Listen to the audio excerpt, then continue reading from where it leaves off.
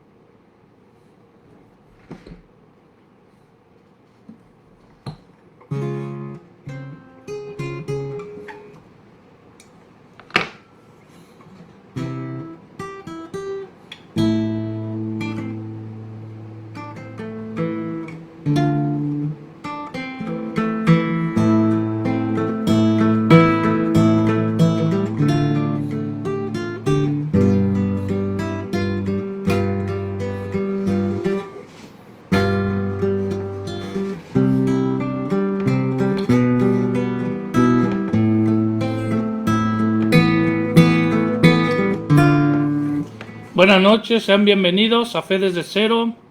En unos momentitos comenzamos. Bienvenidos aquí a Facebook, bienvenidos a YouTube.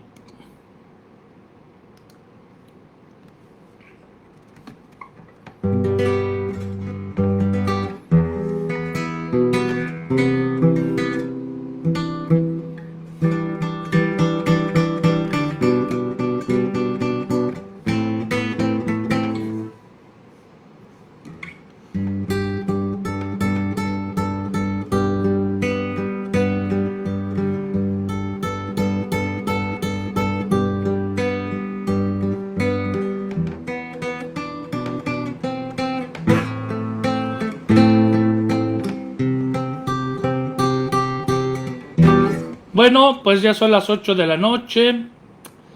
Vamos a comenzar, ni un minuto más, ni un minuto menos. Porque, pues es lo justo y lo necesario. Hoy que es día de Santa Clara de Asís, vamos a hacer una reflexión muy interesante sobre la vida consagrada. Y vamos a hacer una recapitulación de más o menos en dónde vamos en este plan de catequesis que les he propuesto aquí en Fe desde Cero. Bueno, y como es día de Santa Clara de Asís y vamos a hablar de la vida consagrada, pues qué mejor que un soneto de San Juan de la Cruz. En el nombre del Padre, y del Hijo, y del Espíritu Santo. Amén.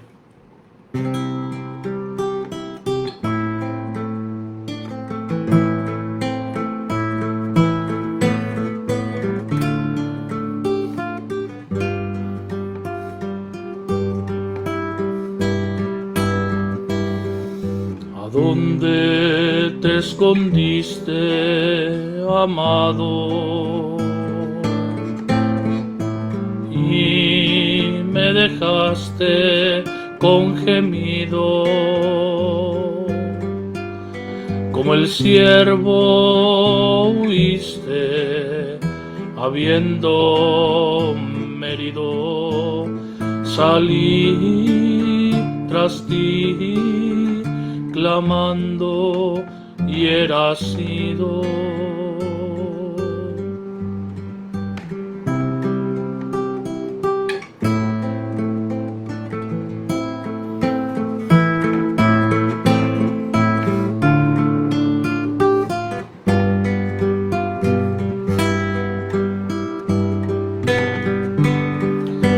¿A dónde te escondiste, amado? Y me dejaste con gemido, como el ciervo huiste, habiéndome herido, salí tras ti, clamando hieras nido.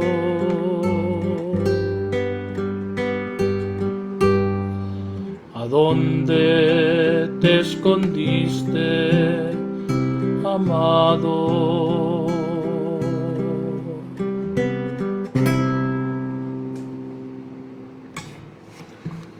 En el nombre del Padre, del Hijo y del Espíritu Santo.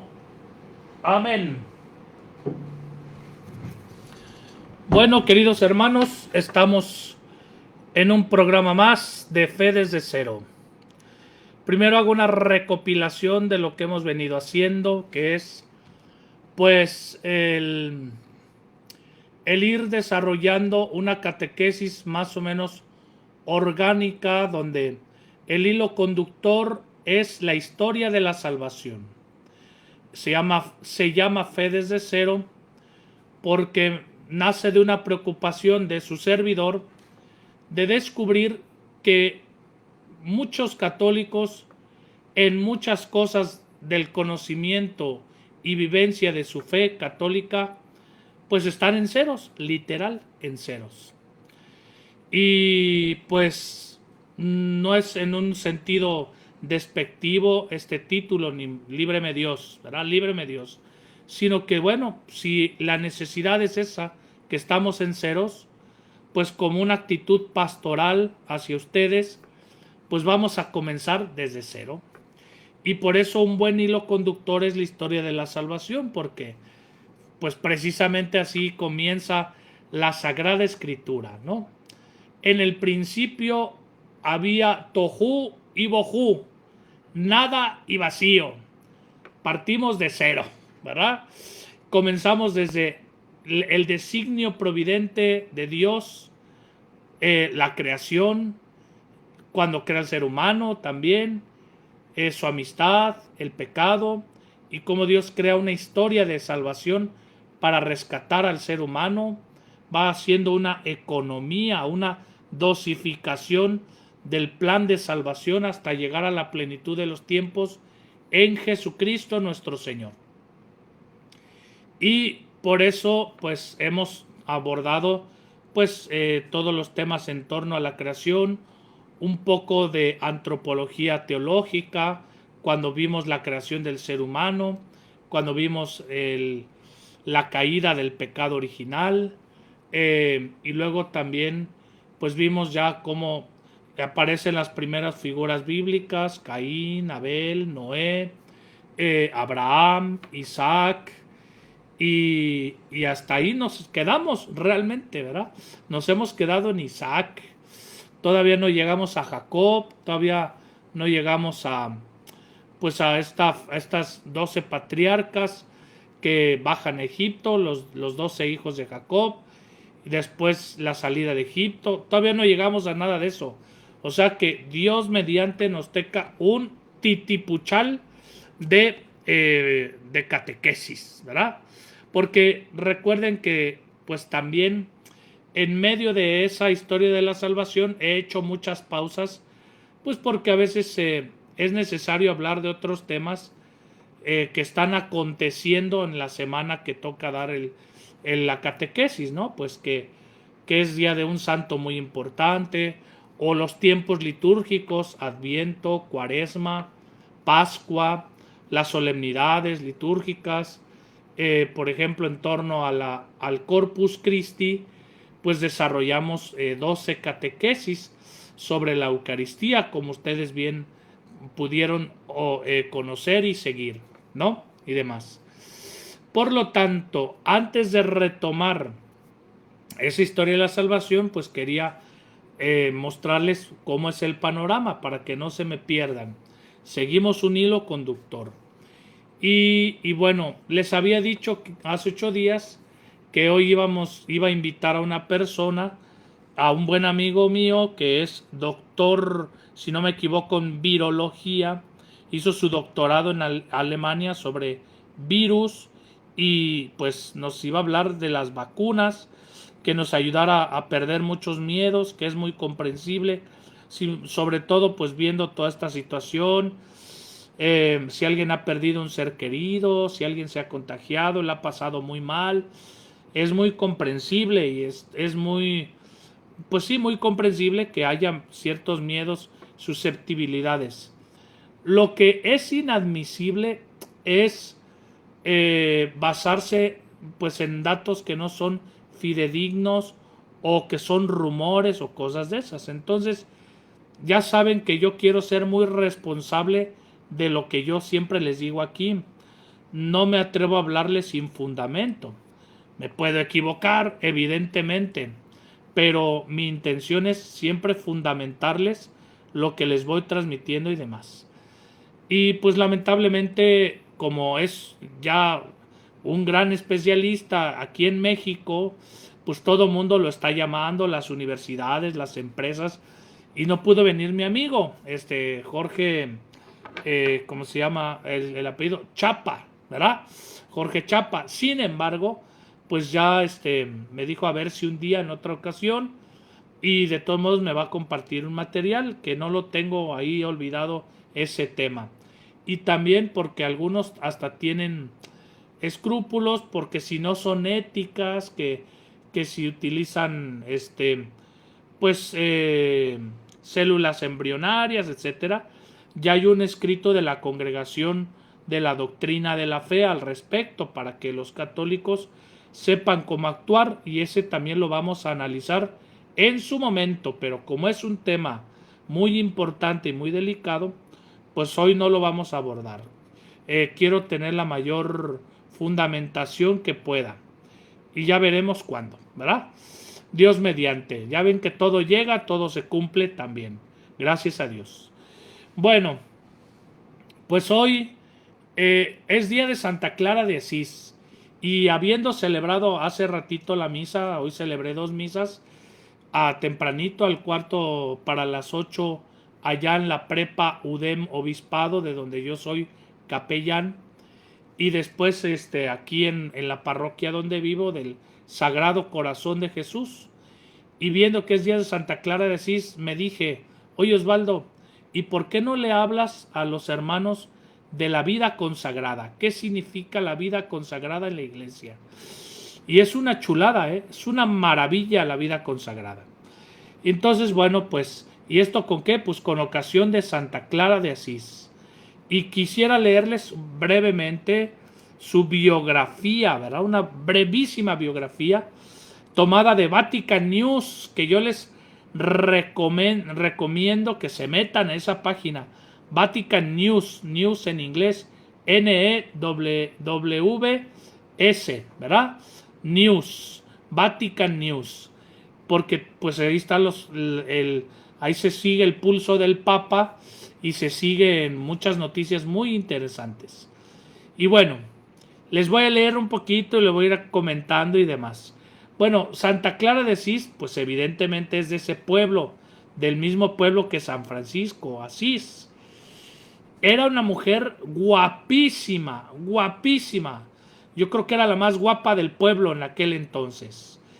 Y era de una familia muy rica también, así como Francisco. No le faltaba nada a esa mujer en respecto a este mundo.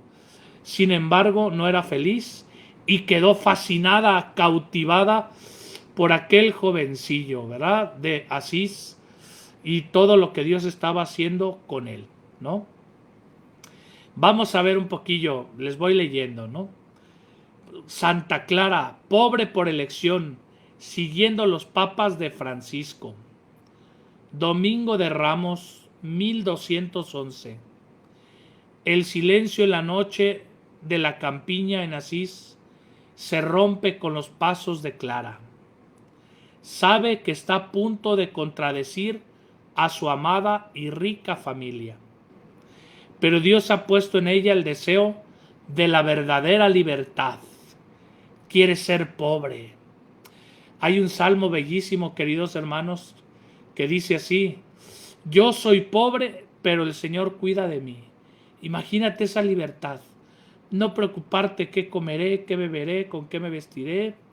No ser pobre por flojo, ni por pasguato, no, Señor, sino por elección, pero para manifestar al mundo la riqueza de Dios, no para quedarse ahí pasmado y y sin hacer nada. No, es para trabajar por el reino de Dios, por el reino de Dios.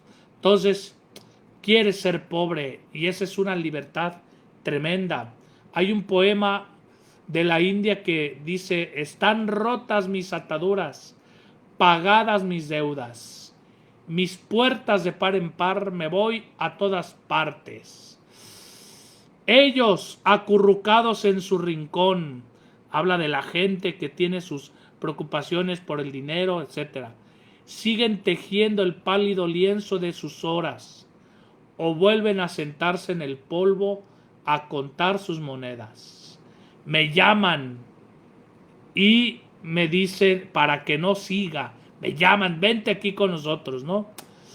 Para que no siga. Y luego dice ese poema: pero ya mi espada está forjada, ya tengo puesta mi armadura, mi espada, la del Espíritu, como dice el pasaje de San Pablo en la carta a los Efesios. Ya mi espada está forjada, ya tengo puesta mi armadura, ya mi caballo se impacienta. Me voy a todas partes y yo ganaré mi reino, ¿verdad? Me voy a todas partes. ¿A dónde me voy? A todas partes. Si sientes un soplo del cielo, te invita a caminar lejos, ese soplo, a donde Dios te lleve, a donde Dios te lleve. Qué libertad es eso, qué alegría. Ese gozo, no hay mayor gozo y no hay mayor alegría que anunciar el Evangelio, queridos hermanos. Por eso Dios ha puesto en clara el deseo de la verdadera libertad. Quiere ser pobre. Perdón. Esa fuga a la seguridad que le daba su familia es el epílogo de un recorrido iniciado 7 años antes. Fíjate, Clara no se fue de monja luego, así por un impulso, no decidió con las vísceras, con las tripas. Tuvo un proceso interno, profundo, que lo inició 7 años atrás. Cuando vio, cuando fue testigo, dice aquí Vatican News, de un hecho emocionante. Un joven rico se desnuda, se quita sus vestidos y los devuelve al Padre y abraza a la Virgen pobreza. Porque acuérdense que Francisco de Asís era hijo también de ricos. Y cuando su padre no está de acuerdo en su vocación y en ese seguimiento que hacer de Cristo, cuando le preguntan a Francisco que cuál era su regla, él mostró los evangelios y dijo: esta va a ser mi regla, los evangelios. Y entonces cuando el padre ya no sabía qué hacer, y un día en medio de la plaza le dijo el padre, y había muchos testigos y hasta estaba el obispo ahí, ¿no? El padre estaba que trinaba, el papá de San Francisco, y le dice: pues esos vestidos que traes son míos, yo te los di. Ah, pues si a esas vamos, no te preocupes, papá. Y Francisco, ni tardo ni perezoso, son las locuras de los santos, son los atrevimientos de los santos. Se quitó sus vestidos delante de todo el pueblo, imagínate. Pues así son los santos, ¿verdad? Se quitó sus vestidos, ¡pum!, delante de todo el pueblo. Y dijo: te regreso a lo tuyo, y a partir de hoy solamente voy a decir: Padre nuestro que estás en el cielo, abrazando a la Virgen pobreza. Entonces imagínate, y el obispo, pues claro, ¿qué le pasa, verdad? Y luego lo cubrió con su manto el obispo y demás. Y qué bonito signo, ¿verdad? La iglesia que lo cubrió, de hecho, así fue. La iglesia cubrió a Francisco. Él se despojó de todo y Dios por medio de la iglesia lo cubrió. Pues de eso fue testigo Santa Clara. Yo creo que eso le golpeó el corazón. Yo creo que Dios le dijo: me robaste el corazón, amada mía. Busquen esta cita cuando puedan en la Biblia. Cantar de los Cantares 4, del 9 al 16. Verán qué bonito. Me robaste el corazón, y Dios le robó el corazón también a ella. Y demás. Entonces, ese era Francisco. Y cuando escapa de su casa, Clara, Francisco la espera en la porciúncula, que es esa pequeña iglesita, ¿verdad?, que intentó restaurar Francisco y que después sobre ella se construyó una gran basílica. Pero si ustedes van a Asís, gracias a Dios yo he podido estar allí, está la capillita, la porciúncula, es una porcioncita, digamos así. Esa pequeña capillita, pues es una cosa maravillosa. Luego está construida una enorme basílica. Pues bueno, en esa porciúncula Francisco le corta sus cabellos y le pone una túnica de lana cruda, así tal cual. O sea, pues una túnica café, así sin chiste, sin gracia ni belleza. Y le encuentra un lugar donde quedarse en el monasterio benedictino de San Pablo, en Bastia Umbra. Es una región ahí de Italia, ¿no? Ciertamente el padre de Santa Clara tratará de convencerla inútilmente para que regrese a casa, ¿verdad? Y bueno, pues evidentemente Santa Clara conquista a otras mujeres.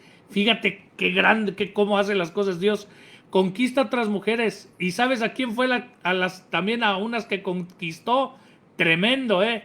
Conquistó a su madre y a sus hermanas, ¿verdad? Y pronto serían 50 hermanas, ¿no? Y San Francisco las llama las damas pobres o reclusas pobres, ¿no? Y dispone para ellas el pequeño monasterio de San Damián, que ya restaurado, porque se acuerdan que Francisco, cuando era todavía un joven ahí, que hasta incluso fue ahí a una guerra y demás, y que va ahí a un templo ahí derruido donde estaba el Cristo de San Damián, y ahí nuestro Señor le dice a Francisco: Francisco, repara mi iglesia, ve y repara mi casa. Y Francisco entendió que era esa iglesia, pero después vio que no, ¿verdad? Que se refería a otra cosa, nuestro Señor. Entre el pobrecito San Francisco y Clara hay una comunión plena, es una hermandad espiritual profundísima. En la Iglesia Católica siempre ha habido esta hermandad espiritual que es un amor puro. El mundo, como no cree en esto, siempre ve con morbo esas cosas. Siempre dicen tonterías como: se me hace que eran novios y no sé qué. Mentira podrida.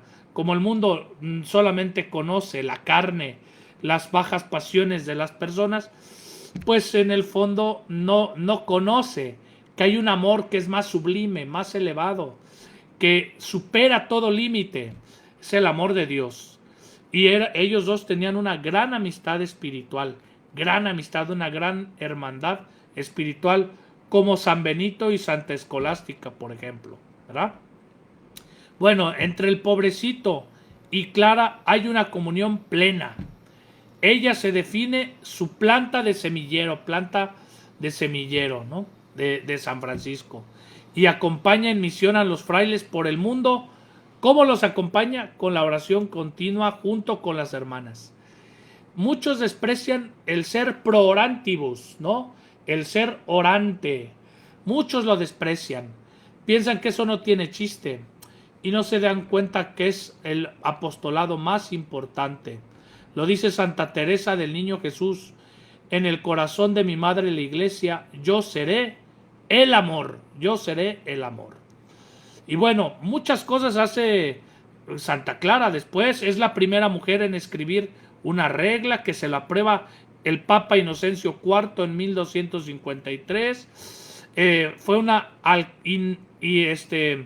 incansable adoradora de la Eucaristía, y en los últimos 30 años de su vida estuvo marcada por la enfermedad, pero nunca se cansó de adorar la Eucaristía.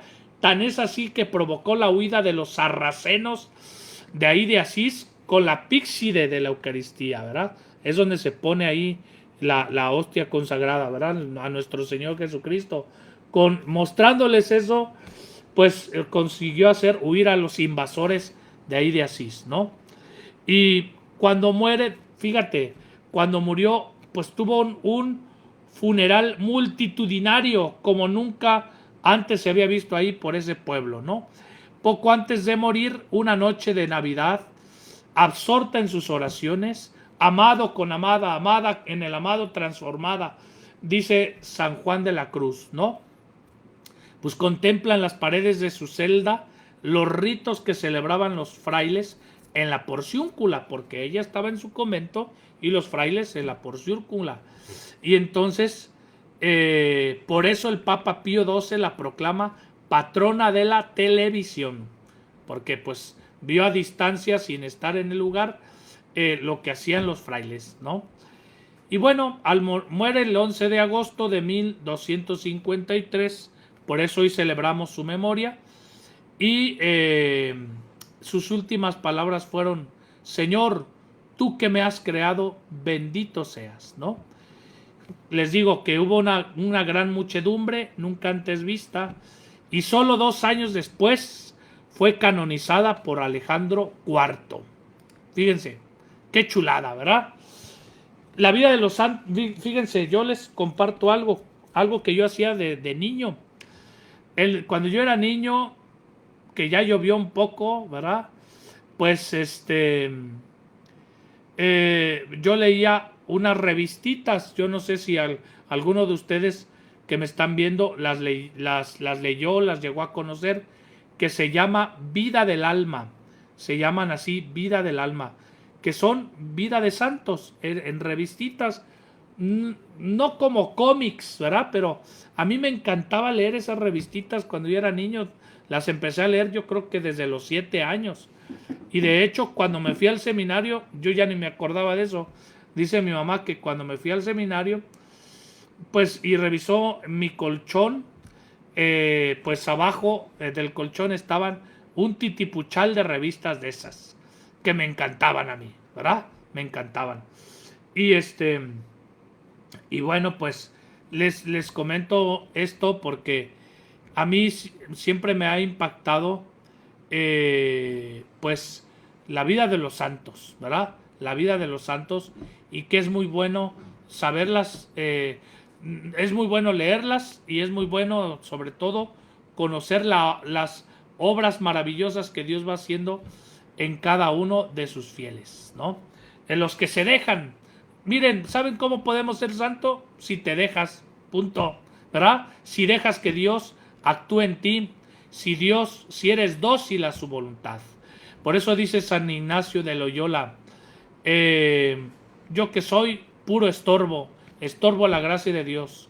Y es verdad, yo quisiera ser menos estorbo a la gracia de Dios. Y hay que pedir a Dios ser santos, hermanos, porque es imposible para nosotros. Jesús lo dijo a San Pedro, porque San Pedro era muy sincerote y se descorazonaba, se desanimaba y decía: no, Señor, la pones bien difícil, así ¿quién podrá salvarse? ¿Verdad? Y bueno, pues ahí se los paso al costo. Bueno, en esta última media hora les decía, pues ya que hoy hablamos de Santa Clara de Asís, una consagrada, una virgen, una monja, ¿verdad? Pues quiero que reflexionemos, que sigamos por ahí, por ese tema, sobre la vida consagrada. Vida consagrada. ¿Qué significa eso, queridos hermanos? Bueno, ciertamente que para empezar, todos somos consagrados, para empezar. ¿Por qué? Porque por nuestro bautismo somos piedras vivas o del templo espiritual, que agradable a Dios, ¿verdad? Con nuestro cuerpo rendimos un culto agradable al Padre, al Hijo y al Espíritu Santo. Y también somos parte del cuerpo de Cristo y hemos sido comprados con la sangre de Cristo. Por eso, queridos hermanos, por nuestro bautismo ya somos sagrados. El que está en Cristo ya es una nueva creación. Pasó lo viejo, todo es nuevo, dice San Pablo. De tal manera que los que viven no vivan ya para sí mismos, sino para aquel que murió, resucitó por ellos.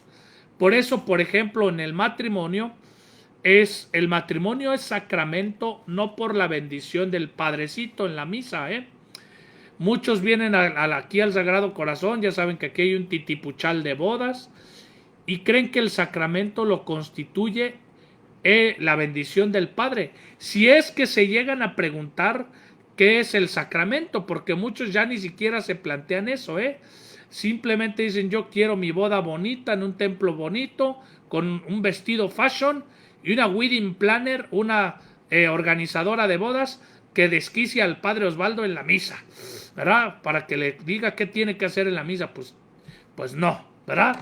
Y demás. Si es que se lo plantean. Pero fíjense, un matrimonio no es sacramento por la bendición del Padre. El Padre está ahí para representar a la iglesia y certificar y testificar como una especie, digámoslo así, de notario cualificado, y ya que es pastor de los feligreses, pues a nombre de la iglesia decir que eso Dios lo está uniendo por el consentimiento que ellos dos se dan. Muchos organizadores de bodas dicen: hagan sus votos, porque, bueno, en la cursilería de Hollywood y de Netflix y de lo que sea, pues le llaman votos, pero esto no son votos, se llama consentimiento matrimonial. Es decir, yo te recibo, tú me recibes, yo me dono a ti, tú te entregas a mí. Cuerpo, mente, alma, vida, corazón y todo mi dinero. Todo, ¿verdad? Todo o nada. Es la mutua entrega y lo hacen delante de Dios. Y es sacramento por su bautismo. Porque si por el bautismo yo soy persona sagrada, porque soy hijo de Dios, y la mujer es persona sagrada porque es hija de Dios, la unión de dos sagrados, de dos personas sagradas, no se puede llamar de otra manera que sacramento. Sacramento, ¿verdad? Por eso, queridos hermanos, todos somos consagrados en ese sentido, todos. Y les digo de una vez una cosa, por el bautismo, ¿qué nos revela el bautismo? Fíjense bien, casado, casada, soltero, soltera, cura, sacerdote, presbítero, obispo, diácono, monja, religiosa, virgen consagrada, lo que sea. Nada puede llenar el corazón humano más que Dios. Si estás casado o casada, si no amas más a Dios que a tu mujer, no se puede ser buen esposo si no se es buen hijo de Dios, si no se es amigo de Cristo. No se puede ser buen padre si no se es buen esposo. Y dígase lo mismo de la esposa y la mujer, ¿no? ¿Por qué? Porque mira, por ejemplo, los casados, tu mujercita puede ser tan guapa como, ¿qué? Claudia Schiffer, ¿verdad? Y tan buena persona, tan santa como la Madre Teresa de Calcuta, ¿no? Tu marido puede ser, no sé quién les gusta a ustedes, tan bueno como X artista, ¿no? Así tan bien parecido. Y tan buena gente o tan santo como San Francisco. Podrá serlo, ¿verdad? Pero es un pobre ser humano.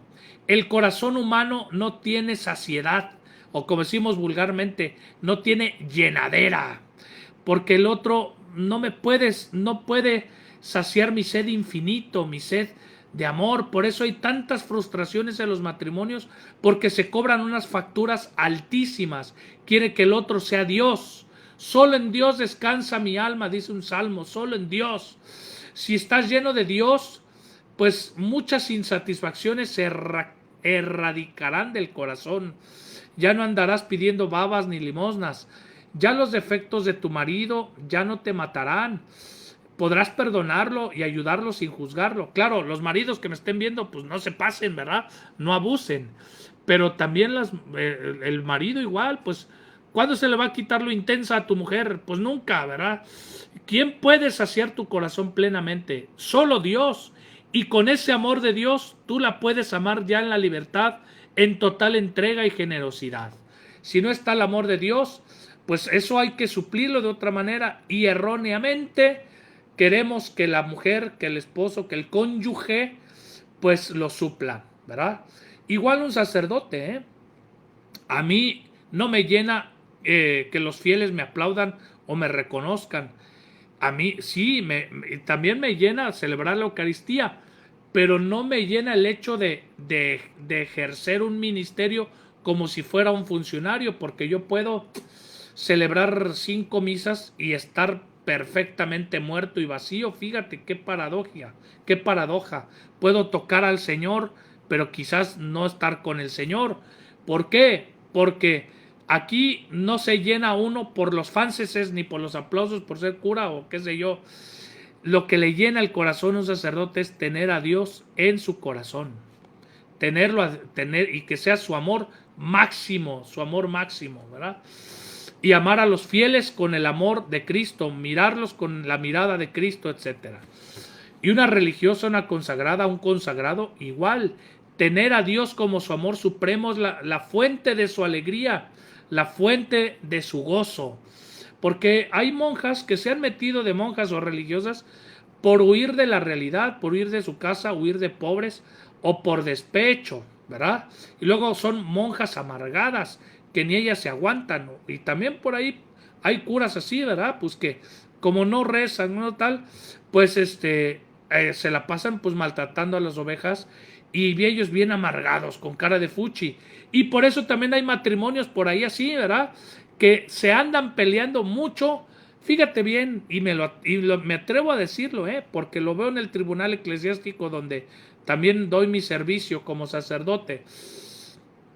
Me doy cuenta que muchas peleas de los matrimonios, si no es que la mayoría, no es por buscar la verdad, el bien y el amor, el bien común. Se enfrascan en una pelea que no llegan a resolver porque nada más quieren ver quién gana. Nada más por eso se pelean, por ver quién gana, quién demuestra que tiene la razón y punto. Pero no porque les interese el bien común, el bien de ambos, sino ver quién gana. Y por eso se pelean. Y por eso tantas frustraciones, amarguras y tonterías. Por eso el amor supremo es Dios. Debe llenar el corazón plenamente, como dice el libro del Deuteronomio, capítulo 6, versículos 4 al 9. Amarás al Señor tu Dios con todo tu corazón, con toda tu alma, con todas tus fuerzas, ¿no? Por eso, ya lo digo de paso, cuando hay gente que me dice, ay padre, pues yo quisiera casarme, pero fíjese que probablemente mi matrimonio fue nulo porque yo cuando di el consentimiento matrimonial, pues yo no estaba convencida, me obligaron mis papás porque estaba embarazada, porque no sé qué, ¿verdad? Le digo, oye, ¿cuántos años tienes? Ya casi 60. ¿Y por qué quieres eso? Claro, es tu derecho. Si hay elementos para iniciarlo, pues inicia, ¿no? Pero me dice, bueno, pues quién sabe. Padre, pues a ver si me caso. Le digo, mira, te digo de una vez, la vida no está en un hombre, la vida no está en una mujer. Porque si te encuentras otro y se demuestra que tu matrimonio es nulo, tal, de todos modos le van a oler las patas al otro pelado, ¿verdad? De todos modos va a tener sus defectos, sus miserias, porque es un pobre ser humano. Un clavo no saca otro clavo. Los seres humanos andamos por eso manipulándonos, instrumentalizándonos y demás. Dios es el amor supremo. Somos consagrados todos. Somos hijos de Dios. No hay mayor dignidad que ser hijo de Dios, ¿verdad? Entonces uno podría decir, bueno, pues padre, si todos tenemos esa llamada a la santidad, siendo dóciles a la acción de Dios, viviendo como Dios quiere que vivamos y demás, entonces, ¿cuál es la diferencia con la vida consagrada, verdad? Pues, ya que soy canonista, pues les leo un canon del Código de Derecho Canónico para que vean qué chulada, pero qué chulada, ¿verdad? Fíjense bien, ahí les voy. Dice, la vida consagrada es el canon 573 del Código de Derecho Canónico. Fíjense bien, la vida consagrada por la profesión de los consejos evangélicos es una forma estable de vida. Para empezar, ¿qué es la vida consagrada?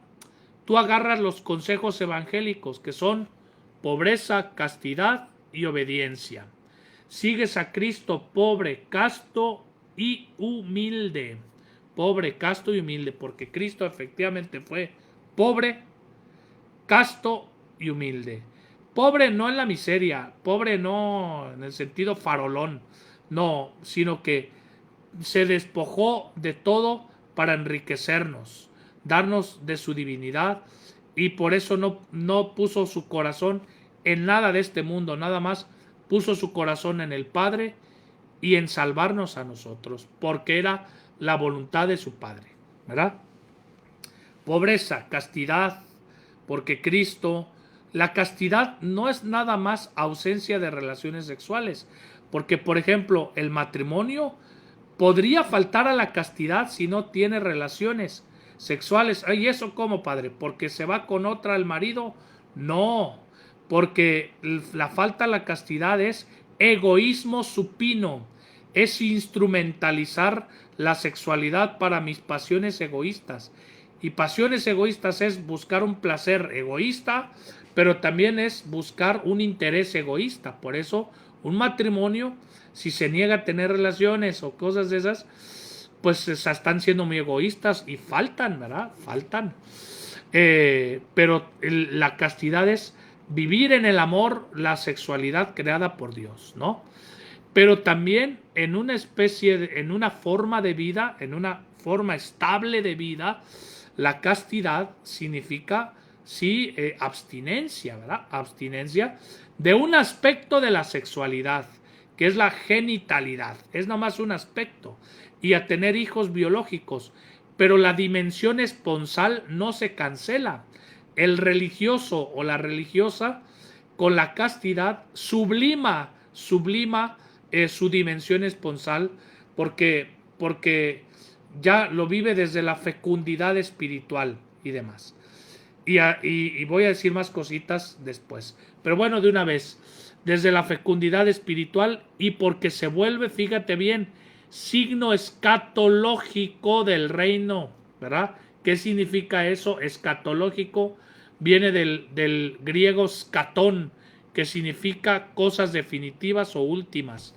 Es decir, una religiosa, un religioso con su hábito me hacen presente que existe el cielo, porque ya en el cielo viviremos así, hijos de un solo padre, en las bodas del Cordero, sin necesidad ya de casarnos, porque el matrimonio es un bien público, es santo, bueno, verdadero, noble y justo, y ayuda a la santificación de los cónyuges, pero es para esta tierra nada más, es para crear una íntima comunidad de amor y de vida, para que exista esa célula básica y la humanidad peregrine por este mundo y cumpla su misión cada ser humano.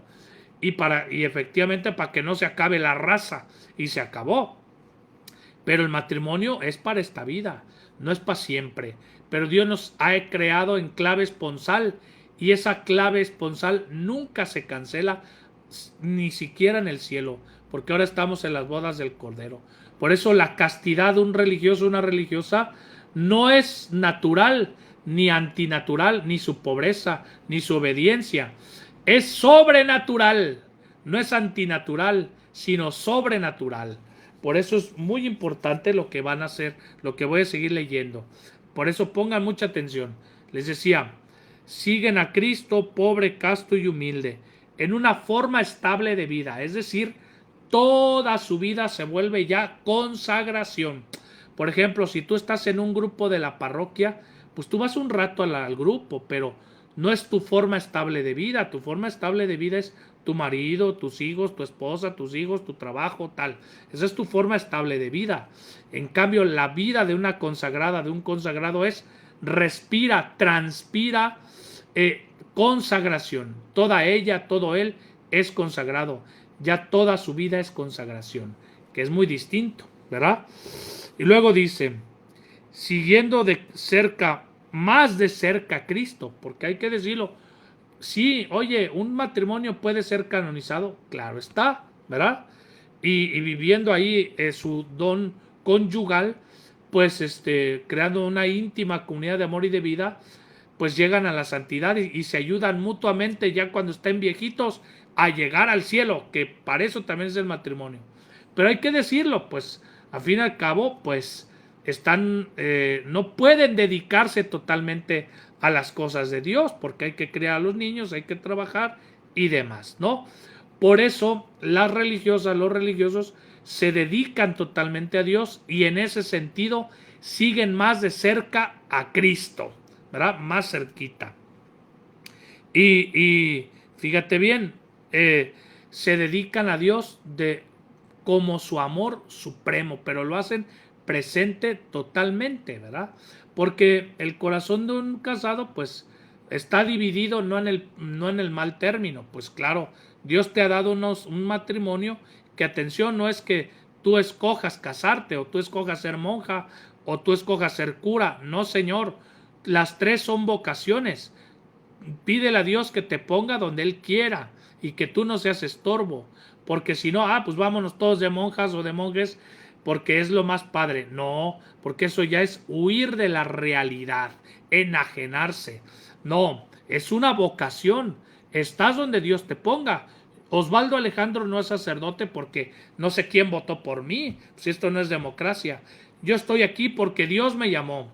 ¿Quién me confirmó esa llamada? La iglesia.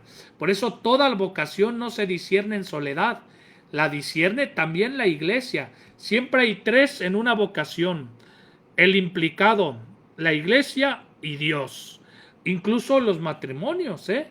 Por eso se hace la presentación matrimonial, porque no son cualquier hijo de vecina. Dos hermanos nuestros, dos hijos de la Santa Madre Iglesia, se quieren unir en santo matrimonio. Vamos a ver si los pastores, si van a ejercer ese derecho en santidad, en justicia, en verdadero amor, no a lo menso, ni por haber sentido mariposas en la panza, sino porque lo han rezado también y demás. Yo, su servidor, dentro de poco va a empezar un itinerario hacia el matrimonio precisamente por eso, ¿verdad? Para ayudarles a descubrir su vocación. Mi vocación es el amor. Y entonces yo aterrizo el amor donándome a una mujer y amándola como Cristo amó a su iglesia, y por eso somos signo visible ante el mundo del amor más fuerte que la misma muerte. Y demás, ¿no? Bueno, y demás. Y así, pues Dios a mí me llamó a ser sacerdote y el pueblo de Dios votó por mí en ese sentido también, porque se le preguntó a matrimonios donde yo hice mi apostolado, se les pidió su testimonio, muchos laicos dieron testimonio de mí, así se hace también con todos los que se ordenan, y los pastores también, el obispo, los formadores, Dios y yo, si yo quiero seguirle, ¿no? Y demás. Así se disciernen las vocaciones. Por eso, estas consagradas o consagrados siguen a Dios como su amor supremo, pero porque Dios les llamó, ¿verdad?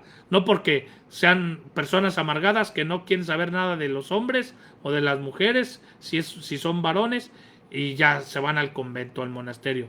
No, pues eso no es vocación, ¿verdad? Y demás. Es más, les digo una cosa, que no sirve para el matrimonio porque estamos hechos en dimensión esponsal, no sirve para el sacerdocio y no sirve para la vida consagrada ni para monja, porque es lo mismo. Los matrimonios son felices si se donan, no dan babas ni limosnas, no dan cositas, si ellos mismos se entregan y se donan. Igual el sacerdote vive en dimensión esponsal, se tiene que donar en cuerpo y alma y tiene una fecundidad espiritual maravillosa en ese sentido. Yo ahorita mismo estoy engendrándoles a la fe, ¿verdad? A la fe. Y también una consagrada, un consagrado, ¿verdad? Tiene esa esponsalidad, teniendo a Dios como su amor supremo, y así también tienen una fecundidad espiritual, atrayendo a muchos al amor de Dios, ¿verdad? Luego, y fíjate bien, todavía no acaba, ¿no? Bajo la acción del Espíritu Santo, claro está, no es ex propris pistolis, no es por mis pistolas ni por mis ocurrencias, ¿verdad? Y demás. Luego dice, se dedican totalmente a Dios como su amor supremo, para que, entregados por un nuevo y peculiar título a su gloria, a la edificación de la iglesia, gloria de Dios, edificación de la iglesia, la salvación del mundo, consigan la perfección de la caridad en el servicio del reino de Dios, ¿verdad? Y convertidos en signo preclaro en la iglesia, preanuncien la gloria celestial. Una consagrada, un consagrado no es a... Yo siento bonito Santa Clara de Asís, ¿verdad? Me voy con mi hermana pobreza, ¿verdad? Y se acabó. No. Dios le llamó, pero fíjate bien, para mayor gloria de Dios, bien de la humanidad, para servicio de la iglesia y edificación del reino de Dios. El reino de Dios. 4 cosas. Y esa dedicación total a Dios como su amor supremo, siguiendo a Cristo más de cerca, por los consejos evangélicos, bajo la acción del Espíritu Santo, se vuelven ellos signo vivo, como dice el canon, de la que preanuncia la gloria celestial. Por eso yo les digo a las monjas y a las religiosas de vida activa que no se quiten el hábito. Dice por ahí, el hábito no hace al monje. Claro que lo hace, porque bien que lo viste, ¿verdad? Luego cuando se quitan el hábito, yo ya no sé de qué van vestidas tú, porque no pueden usar tacones, no se pueden maquillar, no pueden vestirse tan fashion, porque ya no son del mundo. Su amor supremo es Dios. Y hay una fuga mundi, pero legítima. No huyo del mundo porque odio al mundo, sino por amor al mundo me he fugado del mundo para interceder por el mundo, etc. Pero luego las veo vestidas ahí como abuelas pasadas de moda. Luego hacen unas combinaciones espantosas, ¿verdad? Y parecen un alebrije, pobrecillas. Entonces, si te pones el hábito, te ves fashion, hasta se ven guapas, hasta la fea se ve guapa. Pocas palabras, ¿verdad? Porque se vuelven signo de la belleza de Dios, de la belleza definitiva, que existe el cielo. Una monja a mí me dice que existe el cielo. Un consagrado, un fraile franciscano me dice que existe el cielo, donde viviremos en la plenitud de la libertad de los hijos de Dios. Ya no estar sometidos a nada ni a nadie, solamente vivir como hermanos en la casa del Padre y demás, ¿no? En las bodas del Cordero, su esposa se ha embellecido, dice el libro del Apocalipsis. Bueno, queridos hermanos, esa es la vida consagrada. ¿Qué les parece? Una chulada. Y luego, pues sí, dice aquí, fíjate bien, sigo con el canon 573. Adoptan con libertad esta forma de vida los institutos de vida consagrada canónicamente erigidos por la autoridad competente de la Iglesia.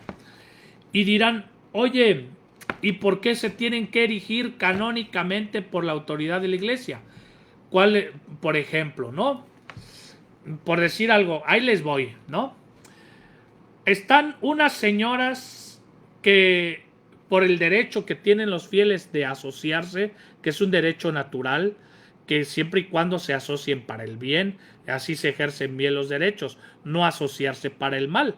Pero bueno, resulta que tenemos un grupo de señoras que una de ellas, no sé, un buen día se fue a una librería católica y le llamó la atención una tal Santa Hildegarda de Bingen, que incluso, ¿verdad? Pues es doctora de la iglesia y toda la cosa.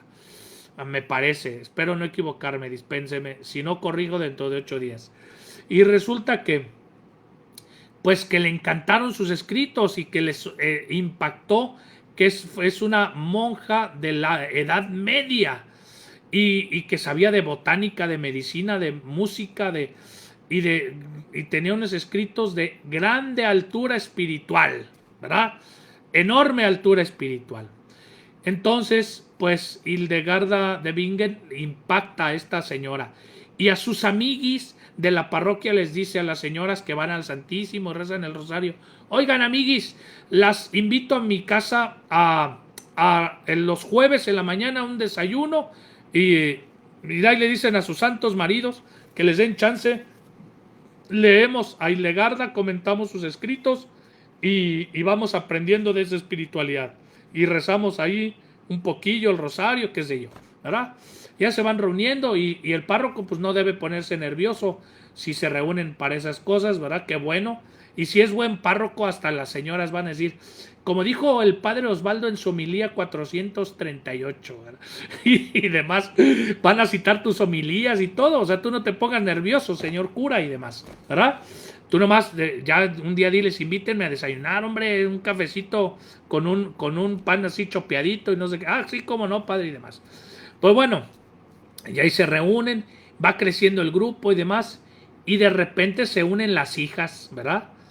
Y resulta que les fascinó también la vida y los escritos de esta mujer a esas muchachas que son muchachas de prepa y universitarias, y se va haciendo un grupito de 40 muchachas, 50, y que incluso les encanta el diálogo entre la fe y la razón, y hasta luego se encuentra en la encíclica de Juan Pablo II, Fides et Ratio, la fe y la razón son como las dos alas con las cuales el espíritu humano se eleva hacia la verdad.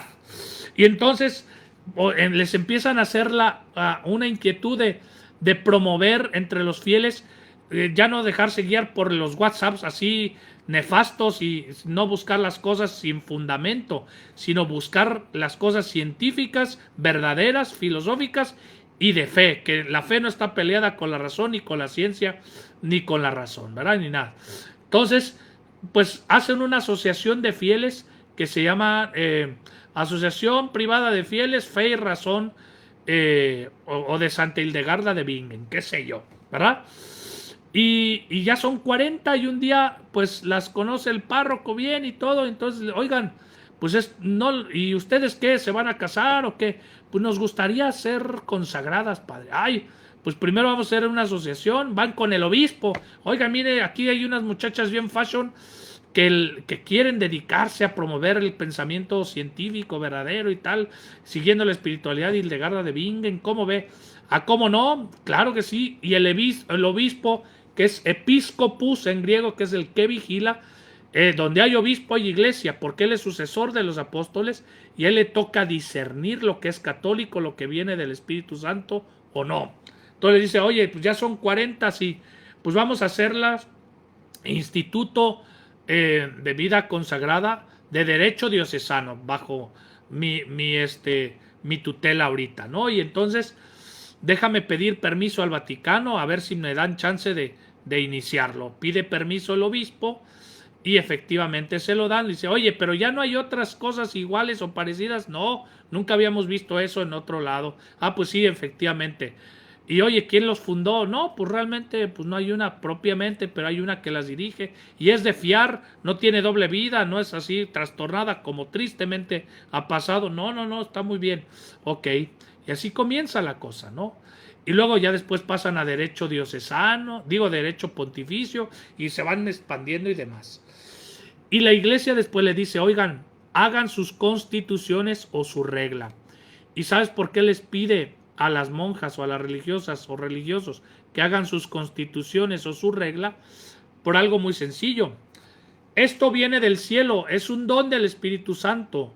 Yo como autoridad no le pongo trabas al Espíritu. Como autoridad, como pastor, como obispo y como papa, tengo que nada más hacer que tú respetes ese don.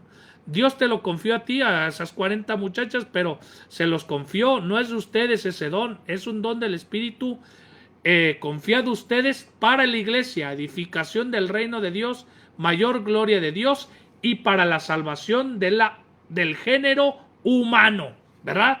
Para eso Dios les ha confiado.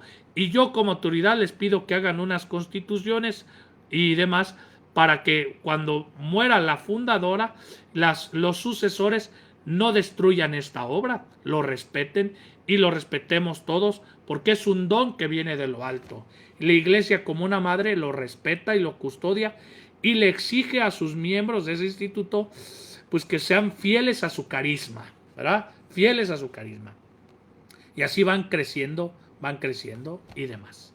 Bueno, pues ya les di una clasecita de derecho canónico y eso es la vida consagrada a grandes rasgos, ¿verdad? Si entre sus hijas ven, ¿verdad?, que hay alguna que tiene inquietud de irse de monja o de consagrada, las mamás y los papás no se me pongan intensos, porque acuérdense que los hijos son prestados. Nadie tiene derecho a tener hijos, porque un derecho es algo disponible para mí, para mis fines, para mi beneficio, pero un hijo no es algo mío, no es de mi propiedad, no es algo inherente a mí. El llamado a la maternidad, a la paternidad, sí es algo inherente, pero la paternidad y la maternidad es un servicio. Y por eso un hijo no es de tu propiedad, es una persona. La persona no es un medio. No, es como si le dijeras a tu hijo, tú naciste para cumplir mis ilusiones, mis fines, mis proyectos. Tú eres como una cosa más en mi vida, como el perro, la tele, el carro, el celular. Estás para mis fines. porque yo me rejunté con esta o con este, y ¿qué me falta? Ya tengo perro, perrijo, gatijo, periquijo, pulguijo, pececijo, o qué sé yo, ¿verdad? ¿Y qué me falta? Ah, pues ahora sí, un hijo, ¿verdad? Una hija. No, señor, los hijos no son para eso. Los hijos Dios los concede, los confía, son un don. Don del Señor son los hijos, dice la Escritura.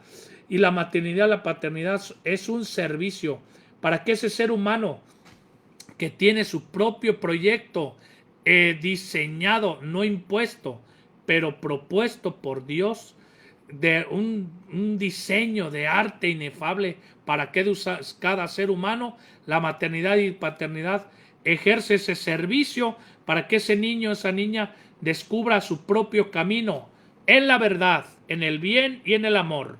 Por eso a los hijos se les educa, se les ama para que vuelen, órale, ¿verdad? Y como Dios es muy listo, pues le dice a los hijos, muy bien, los papás no sean mamás helicópteros, ahí aferrar a los hijos, mamás neuróticas o papás manipuladores o crueles.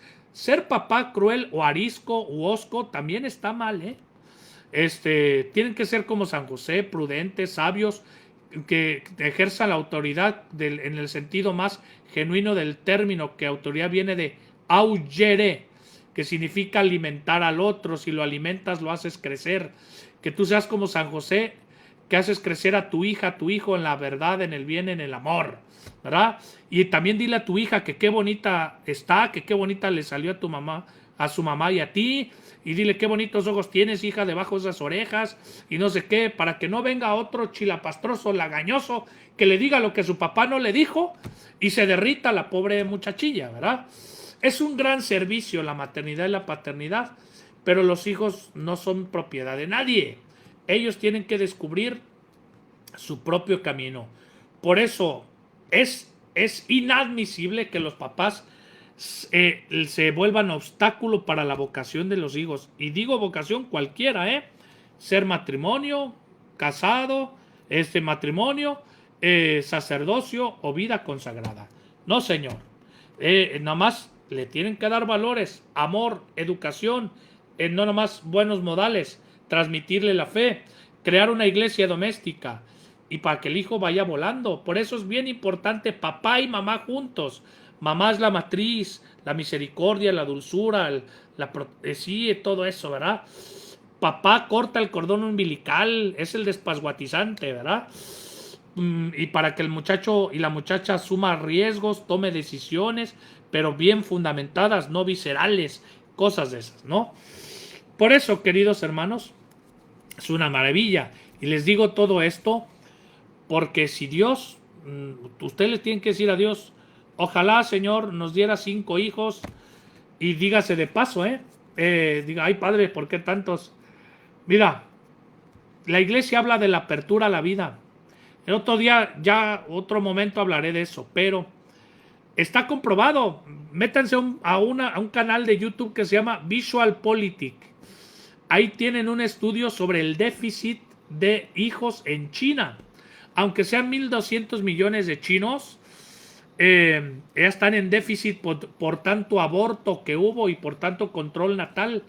Ya están sufriendo, están en números rojos para la sucesión y para muchas cosas, hasta para ver quién paga las pensiones. Están aprietos España, están aprietos Europa, Japón está incluso en riesgo de desaparecer como sociedad, está muy difícil. Y México ya empieza a estar en déficit también. Que les digo, y hasta Luis el Papa Francisco, son bien chistosos los recién casados. Prefieren tener perrijo, gatijo, periquijo, pececijo, pulguijo, ¿verdad? Es que un hijo es muy caro. ¿Y cuánto se gastan en un veterinario? A veces 10,000 pesos, 4,000 pesos en curar un perro. Y yo no digo que no esté bien tener perros, no, pues tenlo para el sistema inmunológico de los hijos, ¿verdad? Y son muy chistosos los recién casados. Dicen, no, en 3 años no vamos a tener hijos, en 4, porque primero queremos disfrutar nuestro matrimonio. Te lo traduzco. Queremos seguir viviendo como solteros, pero como roomies. Y con licencia para tener relaciones sexuales. Y además, vivir más o menos así como solteros, ¿verdad? En nuestro egoísmo. Y aunque me oiga cursi, ¿A qué te refieres disfrutar el matrimonio? ¿A vivir como turistas?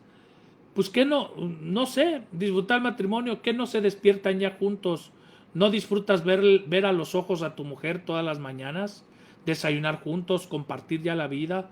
¿Eso no es disfrutar el matrimonio? ¿O a qué se referirán tú con disfrutar el matrimonio? No a lo que nos acoplamos.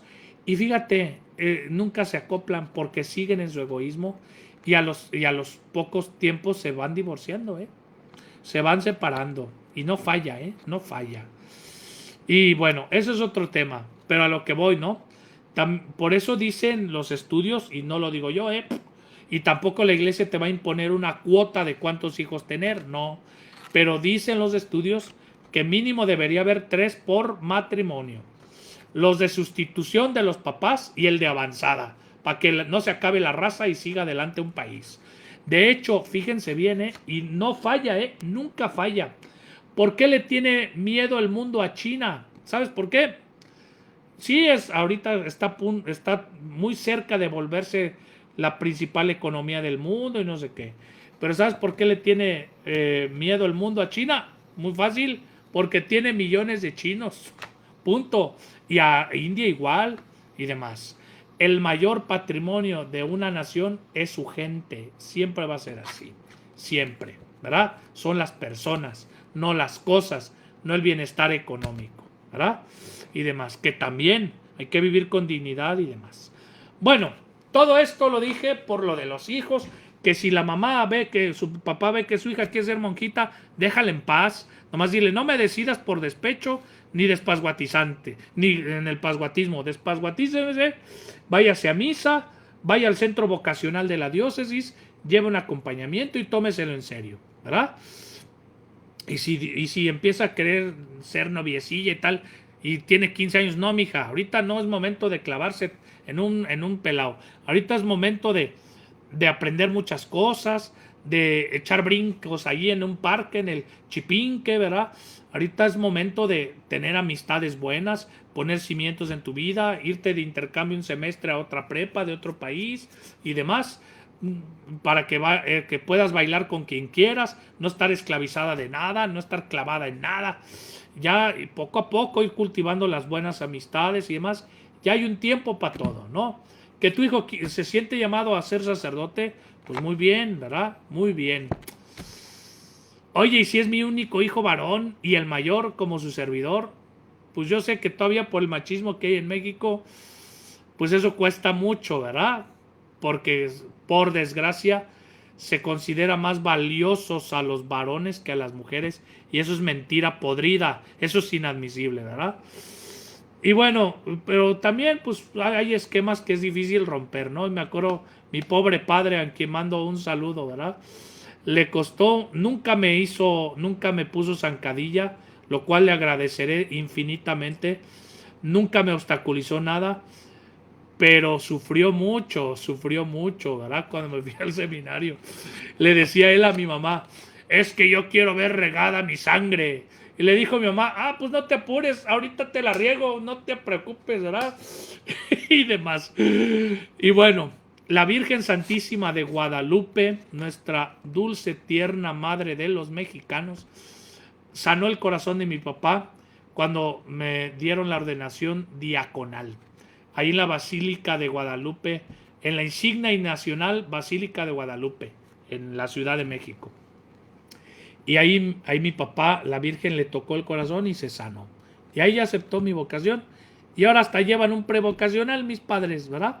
Y han mandado a muchos huercos al seminario, fíjate, qué bonito. Y demás. Por eso, queridos hermanos, ánimo, ánimo. Hablé de la vida consagrada, hablé un poquito de todo, ¿verdad? Pero quería hablar de estos temas en este día. Y bueno, pues si hay que amar a Dios sobre todas las cosas, si ya somos consagrados de por sí, Dios es nuestro amor supremo, y si Dios, el que a Dios tiene, nada le falta y demás, vamos a hacer este canto que es el Shema Israel.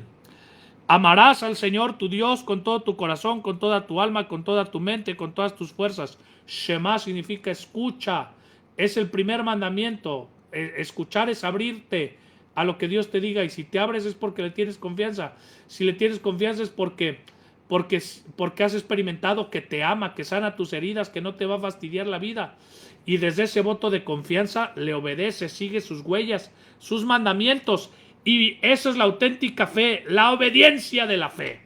Pero porque has experimentado el amor de Dios. Por eso, después de dejarte amar por Dios, de haber escuchado, de haberte abierto y Él abierto el corazón y Él haberte abierto tu corazón, después de haberte sentido amado por Dios, tú le correspondes con amor. Amor con amor se paga. Amarás al Señor tu Dios con todo, todo. Dios es el amor supremo porque Él no se queda con nada. Él te lo da todo y te lo regresa con creces. Pues Él creó el cielo y las estrellas. Él para qué quiere nuestras cosas. Él nos lo pide todos para dárnoslo todo. Porque miren, hermanos, de por sí le damos todo a todo. ¿A qué me refiero? Perdón. Hay gente que le da todo su tiempo, sus energías, su juventud, al dinero, al trabajo, a acumular cosas. Y luego, ¿qué le quedó? Yo, cuando he ido a los hospitales a ungir a algunos moribundos o enfermos terminales, a mí me ha impactado lo que ha dicho algunos señores, fíjate. Me dice, mire, padre, todavía no me muero y estos mendigos ya se están peleando por la herencia, ¿verdad? Ya estos desgraciados, mire lo que están haciendo. ¿Y sabe de qué me arrepiento, padre? Me arrepiento de haber hecho demasiadas casas, de haber hecho demasiado dinero. Me arrepiento de hace años no darle un abrazo y un beso a mi mujer y no llevármela de luna de miel. Me arrepiento de que nunca le dije a mis hijos que los amaba. Fíjate qué cosas, ¿no? ¿De qué le sirve al ser humano ganar el mundo entero si la vida se pierde? Por eso cada niño trae su torta bajo el brazo, no tengan miedo a tener sus hijos. Estamos en pandemia y todo, pero ahora creen que si los hijos no reciben 20 juguetes de Navidad, su vida no tiene sentido. Pues que se enseñen a compartir. Tú le das uno a uno, otro a otro y verás qué sanos son. Busquen ahí en Aletella, en Vatican News, testimonios de hasta familias numerosas, ¿eh? Y las familias numerosas no están endeudadas, viven al día, pero viven con dignidad, sin deudas y todo muy bien. Curiosamente, luego las familias medias así, juniors, se endeudaron que con el carrazo, que con la casota, que con el... Están endeudados, todo lo que tienen no es suyo, ¿verdad? En fin, son muchos temas, pero el punto es que hay que romper con la lógica del mundo. Hay que seguir con el plan, el proyecto de Dios, que es maravilloso. Debemos no solo creer en Dios, sino creerle a Dios, darle un voto de confianza. Bueno, pues ya me callo porque si no se nos va a hacer tarde. Vamos a hacer este canto y nos despedimos, si les parece bien.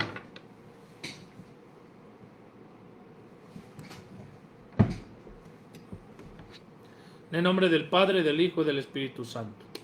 Si no se lo saben, pues no se preocupen. Ahí lo van siguiendo. Estudien la cita de la Biblia, Deuteronomio 6, versículos 4 al 9.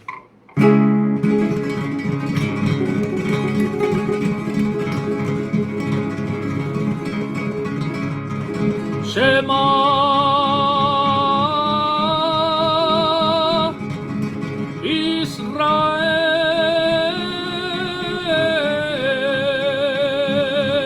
Shema Israel, Adonai Eloheinu, Adonai Echad, Shema Israel, Shema Israel, Adonai Eloheinu, Adonai Echad. Escucha Israel, escucha Israel, el Señor es nuestro Dios, el Señor es uno.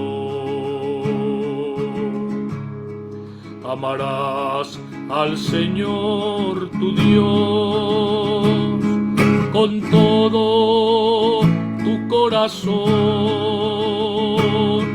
con toda tu alma, con todas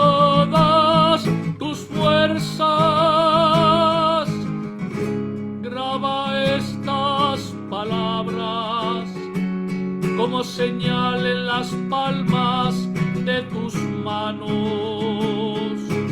como memorial entre tus ojos, en las jambas de tu casa y en las puertas. Shema Israel, Shema Israel, Adonai Eloheinu, Adonai Echad. Escucha Israel, escucha Israel, el Señor es nuestro Dios, el Señor es uno. Enséñalo a tus hijos, Israel, háblales en casa, cuando camines por la calle, cuando te acuestes y te levantes. Este es el primer mandamiento de la vida, el segundo es igual a este: ama a tu prójimo como a ti mismo y tendrás la vida eterna. Shema Israel, Shema Israel, Adonai Eloheinu, Adonai Echad. Escucha Israel,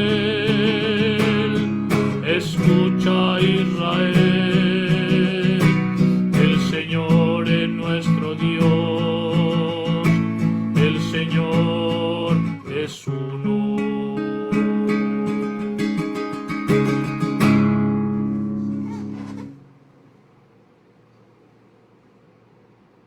Gloria al Padre, y al Hijo, y al Espíritu Santo, como era en el principio, ahora y siempre, por los siglos de los siglos. Amén. Santa María, Madre de la Iglesia, ruega por nosotros. San José, patrono de la Iglesia Universal, ruega por nosotros. Angelito de mi guarda, mi dulce compañía, no me desampares, ni de noche ni de día, no me dejes solo, que me perdería. En la hora de mi muerte, sé mi guía. La bendición de Dios Todopoderoso, Padre, Hijo y Espíritu Santo, descienda sobre ustedes y permanezca para siempre. Amén. Ánimo y pa'lante. Para atrás ni para agarrar. Me da mucho gusto saludarlos. Les mando un gran abrazo. Mil bendiciones. Y nos seguimos viendo aquí en Fe desde Cero, Dios mediante, el próximo miércoles, si Dios quiere. Chao a todos.